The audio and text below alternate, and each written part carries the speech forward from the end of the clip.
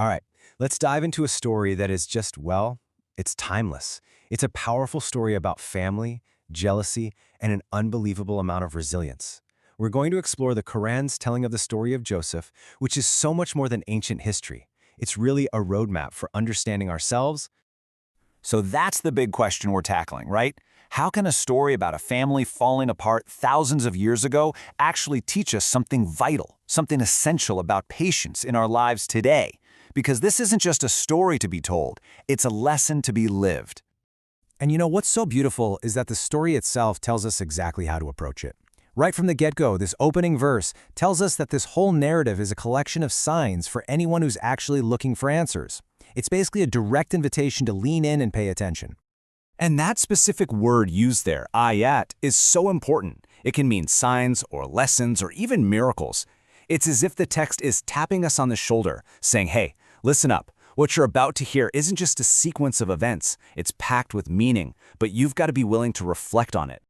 So where does all this drama kick off? Well, as with so many family tragedies, it all starts with one single, really corrosive emotion: envy. This is the seed from which everything else grows. And you have to listen to how they talk about this. It's fascinating. They don't just say, hey, we're jealous. No. They turn their personal feeling into a social grievance. They say, we are a clan, emphasizing their numbers and their strength. They're basically building a case that their father is in clear error, painting their envy as some kind of righteous cause. And just look at how fast things spiral out of control. It starts with a complaint, a grievance. Then it just leaps to this incredibly violent proposal. Let's kill Joseph or get rid of him. And then they land on what they see as a compromise, just abandoning him in a well. It's this terrifying slide from resentment into a full-blown criminal conspiracy. And this, right here, is some amazing psychological insight. They justify this awful plan with a promise to themselves. We'll become righteous people after this is all done.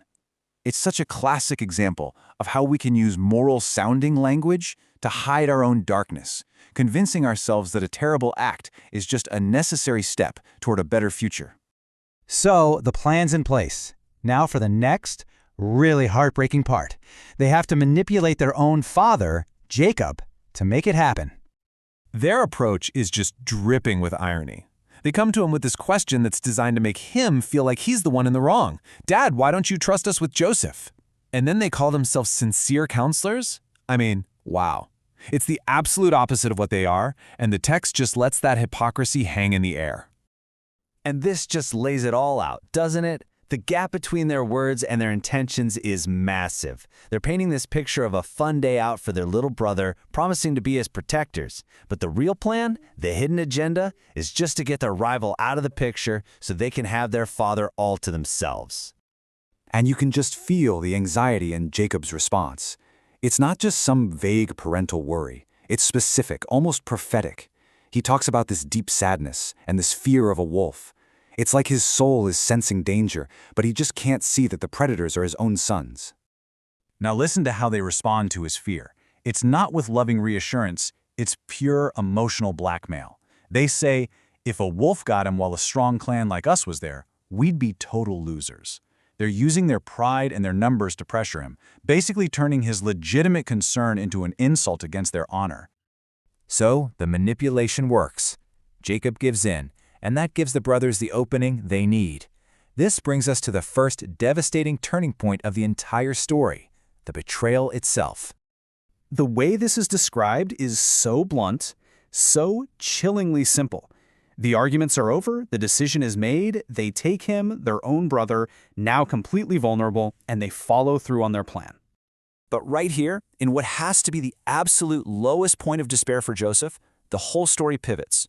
A divine inspiration, a message of hope, comes to him in that dark well. It's a promise. One day, you will tell them what they did, and they won't even recognize you. It's this incredible idea that even when you hit rock bottom, a plan for justice is already unfolding. Okay, so the terrible act is done. Now the cover-up begins. The brothers return home to sell their lie, and what we see in response is one of the most powerful displays of faith and patience you can imagine. You can see how calculated this whole thing is. It's a performance. They choose to come back at night, using the darkness for dramatic effect.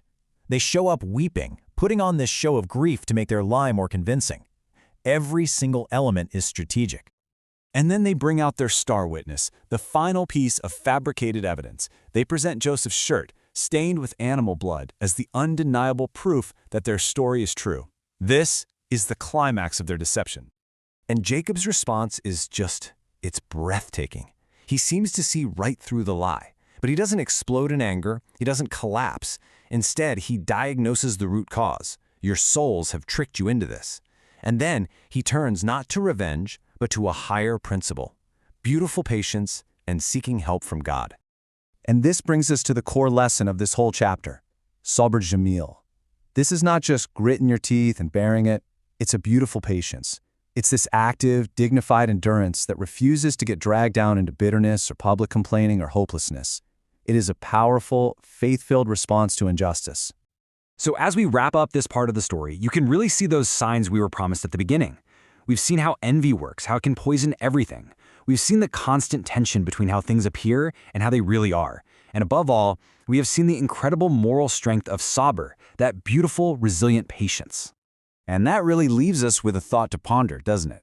We live in a world that so often tells us to react instantly, to be loud, to be angry. So what can we really learn from a kind of patience that isn't weakness, but is described as something beautiful and strong? What kind of power is waiting for us in that kind of dignified response?